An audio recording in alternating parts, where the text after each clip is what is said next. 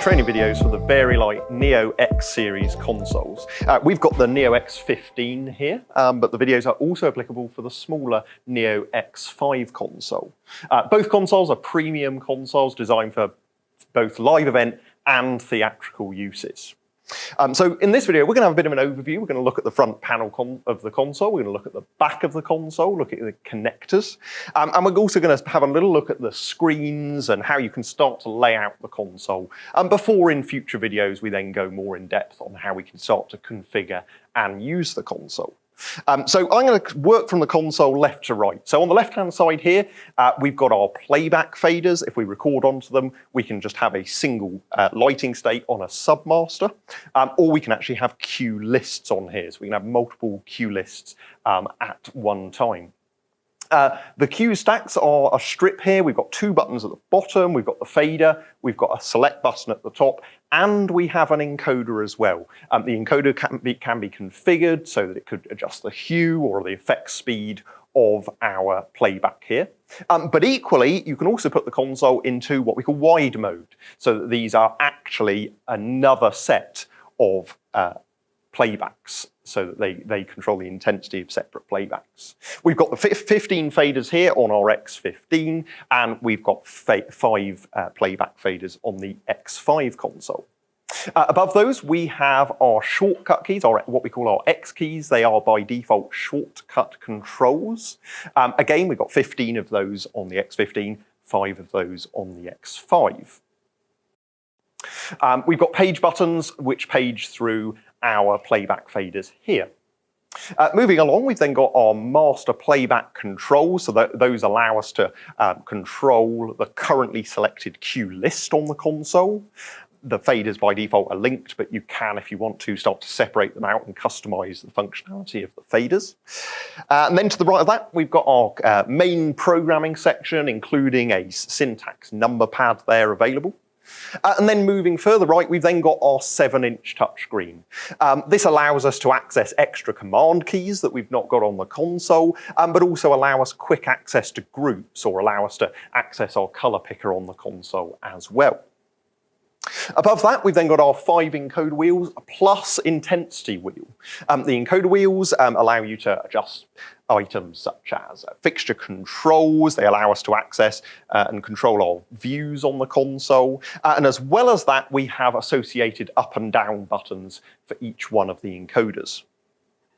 Top right of the console, we have our Grandmaster section, so a associated Grandmaster button and fader, and we've also got a pot here. By default, that is the master fade time on the console. It allows you to add a fade time to syntax commands, for example, but the functionality of those can be configured.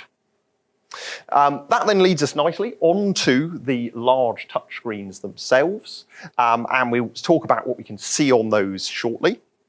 And in between those touchscreens, we have got our S keys here. By default, they are our layout selection, so they can choose what our screens do. On the X15, we have got the 2 touchscreens. On the X5, we've just got the single touchscreen there. But on both consoles, you can connect 2 additional high-definition external monitors. We've then got our pot here at the top. By default, this allows you to very quickly adjust the console brightness to dim the brightness of the console if needed. So that's some of the front panel controls we've got. We've also got a USB-C port here, top left of the console. And because we're on the X15, we've also got a keyboard drawer here. So we can access that for quick naming of various items. And we've also got our desk light here that we can adjust the brightness of, and we've got audio outputs for connecting headphones and USB ports on the front of the X15. So let's pop round the back and take a look at some of the rear connections. So this is the rear of the Neo X15 console. We'll start over here on the right-hand side. Up the top here, we've got our audio section. So we've got a XLR for audio input, and as well as that, we've got a pair of balanced XLR outputs for audio left and right. Primary purpose of that is if you may have an audio track loaded into the console that you've then gone in and put time code points in, so you can synchronize an audio track with your various lighting cues. And also for sound effects. You might want to have sound effects loaded in the console, which again, you can have stabs of light synchronized too. So you can press go on the console to trigger both that sound effect and the lighting simultaneously. Below that, you've then got your SMPTE LTC, that's in and out on 3-pin XLRs again. Moving over, we've then got our MIDI connections in, out and through. Those are for supporting MIDI timecode and various other MIDI trigger protocols as well. Moving over further on, along the bottom here, you've then got your DMX connections on your 5-pin XLRs. You've got on the X15 here 4 DMX outputs here, along with a DMX input port for remote triggering. Above that, you've then got your network ports. One of those is labeled LAN, one of them is labeled WAN, but they are fully customizable. They are separate network interfaces. You can configure them how you wish, but you've got that labeling there to help you out know which is which. And of course, the network protocols, they can be used for remote connections, various protocols, including streaming ACN and ArtNet. In total on the console, you have got 100 universes with no fixture limit. So you can start to route that out of your physical outputs or, of course, over the network. So that's your pair of network ports. Those are on EtherCon connections. Moving on from that, we've then got a pair of USB-C ports. You also have got a USB-C port on the front of the console next to the inbuilt touchscreen. Moving on from that, at the top here, we've got a pair of DisplayPort outputs. They're capable of driving a 4K monitor each. And below the DisplayPorts, you've then got a USB-A 3.0 connection as well, kind of designed for if your 4K DisplayPort screens are multi-touch screens, you can plug the touchscreen into the USB there.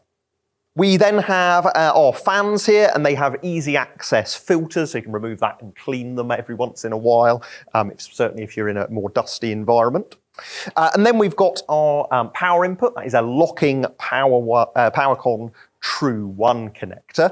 And you'll notice that next to that, there is no power switch. The reason for that is you don't want your console just being forced to power off by flicking the switch. And so to power up and down the console, you have got a button on the front of the console. Press that, the console will automatically boot up. Press it again, it will automatically shut down.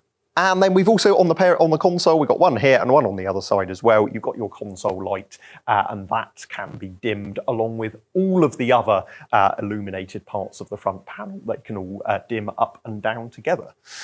So that is the rear panel of the X15. So let's take a look at the rear panel of the X5 as well. So this is the back of the X5. We've got a pair of 5-pin XLR connectors there and a DMX in port as well. Above those, we do have our network ports. So with those, we can output, again, 100 universes of DMX over the network. One is labeled WAN, one is labeled LAN, just like the X15, but they are fully customizable network interfaces. So you could have one for connected to the internet, whilst the other is outputting your streaming ACN or ArtNet.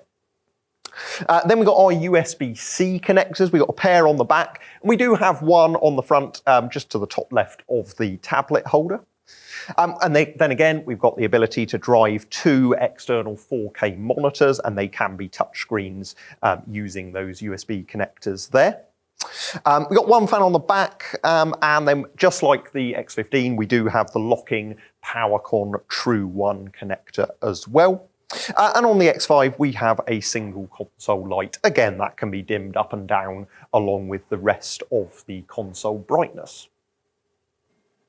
So now that we've taken a look at the hardware, let's take a look at our screens that we've got on the console here. So the right-hand screen here, that's our main display. Running along the top, we've got various different functions. We've got some select keys, some intensity controls. We've also got some quick record options. And then on the far right here, we've also got some quick access to groups or palettes or our fixture library. At the very bottom, that's our command line. So as we type in our commands, we can see those getting typed in there. Bottom right, we've got our window buttons here. So these are able to take us into patch, for example. We can very quickly go into our patch window, or I can go and click live either on the screen or on the console. And to the right of those, we've then got customizable buttons. So we've got a little drop-down button there that allows us to choose various windows. And once we've chosen what window we want, we can then actually open that window full screen. So I can then go and access my cue list full screen, for example. I'm going to hit live to go back to live. As well as those tabs here, though, changing the whole screen of the console, we've got fully customizable layouts. So all of our individual windows that we can see here, these can be customized. You can lay them out however you want. And that's thanks to the all-new Neo V4 software that's running on the X5 and X15. What we're seeing here, this is the default layout. So at the top here, I've got my channels grid. Bottom left, I've got my attributes window. And then on the far right here, we've got our sidebar for our cue list and fixture control. You'll see here at the bottom right, well, that's an empty window. We can go and choose to open a new window on there. So I could go and choose to open my color picker on there, for example. And so that is our main screen there and how we can lay that out. And we can start to rearrange these. We can go and use our layout tools here to go and close a window, for example, or we can go and open a new window to the right of that if we need to. And all of that logic also applies on our second screen. So on the second screen, what we've got here is we've got our shortcut buttons along the top here. So these are showing us our first 10 shortcuts that we might have assigned. For this particular show file, I've actually assigned a save show as my 10th shortcut. So I've got a quick on-screen button there. And at the bottom of our second screen, this shows us our faders. So I can see what submasters I've currently got on this current page. I can see the levels they're at. I can actually go in and change the settings of those if I need to. On the Neo X5, we don't have this screen, but you can open these windows on an external monitor if you need to. This is the default layout of the second screen. So we've got effects at the top, we've got groups, we've got palettes. It's worth noting this is the tabbed palette window. So this allows us to actually go through and access all of our different palette types all in one window.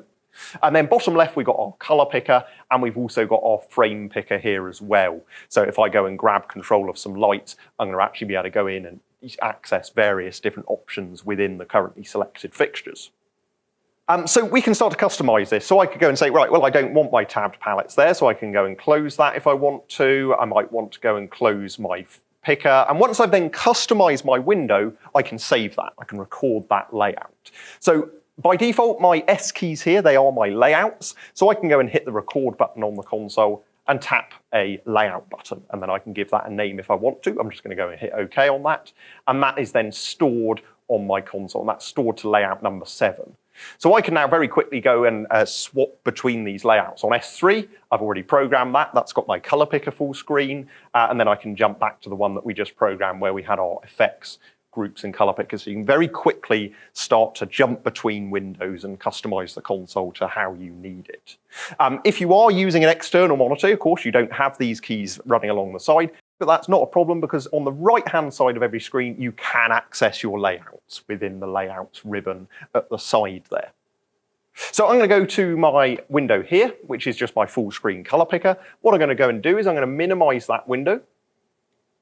And I can then go and open my training window. We've got a whole window dedicated to the training videos on the console. We can go in, there's over 40 on the console, and we can go in, choose a video. We can go and make that full screen if we want to and start to play that. And we can then follow along with what we're seeing in the video, and we can follow along on the actual console. And you can go and plug in headphones, and you'll be able to actually listen to the content in those training videos. I'm going to go and just tap my color picker window to close the training. So that's the training videos on the console. But if we go back over to our primary screen here, if we go options, we've then got quick access to save our file. So if I go and say save file, that will then allow us to go and save this show file. I can actually, if I've got my console on the internet, I can save to cloud storage, and I can choose to either save a normal show file, I can save a packed file, that includes absolutely everything about your console, or you can actually save a template. So that's ideal if you want to save a template file for your venue, so you can always get back to your normal default settings. I'm going to come out of that though, and if I can go to options, I've also got my open file, so I can open a show file if I need to as well. But what I'm going to do is I'm going to take my playback fader down and I'm going to go and choose new show. And that's going to allow me to go back to a completely fresh console. I've got nothing in there and we're now ready to start patching. So in the next video, we're going to look at patching on the console. But for even more information about the main screens that we've talked about in this session, do check out those online training videos that are on the console and are also on the Vari-Lite